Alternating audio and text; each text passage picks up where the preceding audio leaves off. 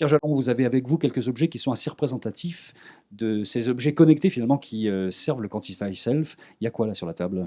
Donc j'ai amené 3 objets avec moi. Donc c'est des produits qui ont été co-développés par Movea. Donc le premier, c'est ce petit objet-là. Donc c'est un objet qui est destiné aux personnes qui vont nager. Donc qui est un lecteur MP3. Donc ça leur permet d'écouter de la musique pendant qu'ils nagent. Ah oui, pas mal. Et en même temps de ça, il y a des capteurs de mouvement qui sont intégrés dedans. Et donc les capteurs de mouvement permettent de compter le nombre de longueurs, compter la distance parcourue en nageant. Il est possible de charger un programme de coaching dedans, donc qui va faire un retour audio à l'utilisateur et va lui permettre de suivre son programme de coaching pendant qu'il nage. Donc ça, c'est un premier exemple de produit. Qui s'appelle? Donc il s'appelle le MP3 Player de Nabiji. Mhm. Donc c'est commercialisé par Decathlon. Toujours avec Decathlon, on a développé ce petit produit-là. Donc c'est avec Geonote. Donc c'est un pédomètre. Donc c'est un produit qu'on met dans la poche toute la journée. Et donc il va compter votre nombre de pas. Vous allez vous fixer des objectifs. Donc quand vous appuyez sur le bouton, normalement les diodes s'allument. Et quand vous avez atteint votre objectif, la 5e diode s'allume. Et donc ça, c'est très dans la mouvance du Quantified Self, avec un objectif de nombre de pas journalier, d'activité physique minimale.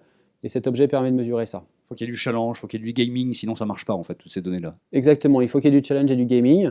Donc généralement, on commence par le challenge le plus faible, qui a un certain nombre de pas qu'on atteint normalement assez rapidement.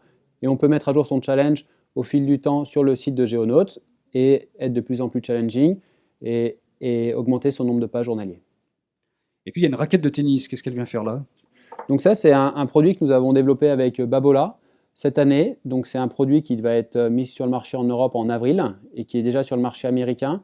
Et donc Babola est venu nous voir en nous disant qu'ils souhaitaient intégrer de l'électronique dans leur offre de raquettes et donc voir avec eux ce qu'on pouvait faire. Et donc nous avons intégré des capteurs de mouvement dans le manche de la raquette et ces capteurs de mouvement permettent de compter le nombre de coups droits, de revers, la vitesse de service, les effets, la quantité d'effets, le centrage de la balle, et donc de fournir aux joueurs de tennis tout un tas de statistiques pour améliorer son jeu et pour mieux connaître son jeu. Comment est-ce qu'on fait? On branche en USB ensuite ou ça se passe en radio? Alors, il y a une connexion radio qui est du Bluetooth et il y a une connexion USB dans le manche de la raquette.